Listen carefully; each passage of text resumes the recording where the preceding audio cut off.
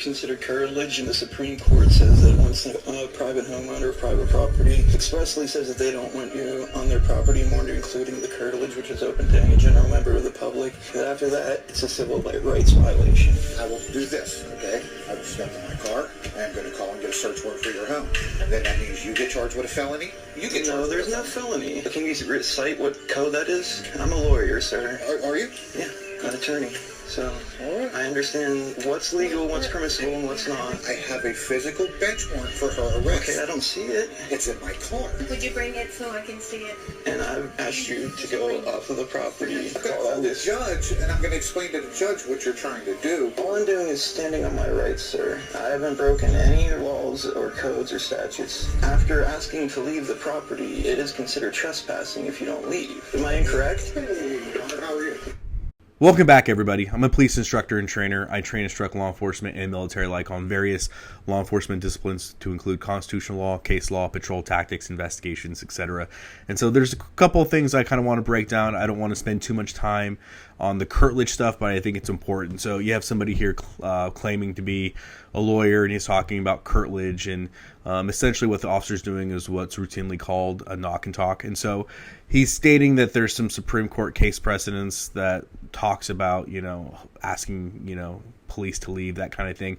I think what he's trying to articulate is the Supreme Court case of Florida versus Jardines. But realistically, I think the bulk of what he's talking about as far as the knock and talks is going to be from First Circuit case precedents court decision that may not be more commonly known among patrol officers. I think it should be talked about more, but that's French v. Merrill. And I think that's a very good case precedence because, it really shows how, in my opinion, you read the court case, it's very clear the officer had probable cause to arrest Christopher French for burglary, theft, that kind of thing.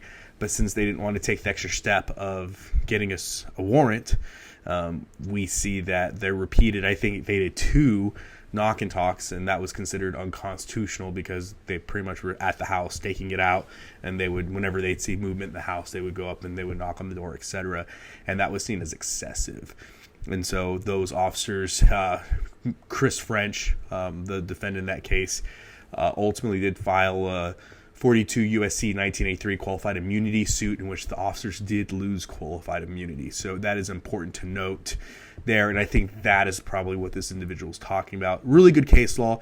If you're law enforcement, you should definitely at least brush up on it, and if you're a citizen, I think it's good to know. I think everybody should know it, but it's a good case precedence.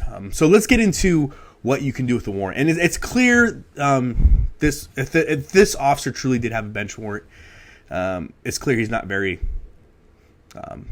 savvy on the law. So what can you do with an arrest warrant or bench warrant? Well, a lot of people don't know this. You actually can make entry into a residence to get somebody. So here we have the case of Peyton v. New York, 1980, and it says arrest warrant and domiciles. It is unconstitutional under the Fourth Amendment of the Constitution to search a home during an arrest when there is no arrest warrant and when there's no exigent circumstances. The Supreme Court holds that the entrance to a person's home, its critical point where the constitutional safeguards are heightened, which is too substantial an invasion to allow without a warrant. The Supreme Court further held, for Fourth Amendment purposes, an arrest warrant founded on probable cause implicitly carries with it the limited authority to enter a dwelling which the suspect lives where there is reason to believe the suspect is within. Peyton v. New York, 1980. And so the real question we have to ask ourselves is, what does reason to believe mean? As you can see on your screen, reason to believe means the following. Reasonable cause to believe means, in light of all surrounding facts and circumstances which are known, a reasonable person would believe that under those facts and circumstances, an act, transaction, event, situation, or condition exists, is occurring, or has occurred. The formation of the belief must have rational connection with relevant bearing on the formation of the belief, meaning there must be a rational connection that in which one can articulate. Some experts say reasonable articulable suspicion. Some experts say that's probable cause. Ultimately, your reason to believe will be judged by a much higher authority. So let's talk about examples that I give, and I have given it in real time. And you guys can probably see here, this has come straight from my report. I mean, I've literally copy and pasted this from a report. For example, your affiant, yours truly, has probable cause to believe the suspect lives or resides at the aforementioned residence for the following. There's 13 of them. I'm not going to read each one of them verbatim to you, but as you can see, I will take each and every one that is applicable and I will literally copy and paste it into my report. I mean, why would I do anything different? You know, it sounds really good too. Like, why would I do anything different? So, for this particular one, I had all 13. I had all 13 of these. Everything from DMV records where they receive mail, NCIC, Otis, OLETs, warrants out of other counties, landlord information, friend information, family information, ex-wife, ex-partner information.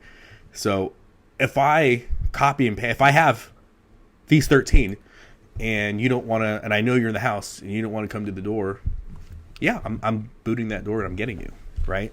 And if you want to come after me in court, yeah, I'm going to copy and paste that for your lawyer. No, I'm going to cite, Peyton v. New York, and I'm sure your lawyer's really going to appreciate that, as they should. And so it's one of those things where, again, could the officer have been bluffing? Maybe. I think that's kind of ridiculous. I think that's dumb. I don't believe in that at all.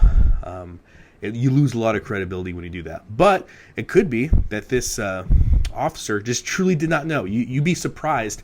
I talked to an officer, and he watches my stuff too. I talked to an officer last week.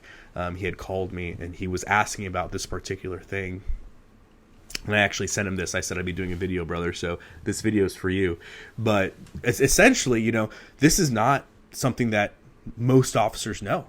He was arguing with some of his law enforcement, with some of his deputy friends, and they did not agree with his assessment, which coincides with what I believe. But they couldn't articulate why. They just, we've never done that before.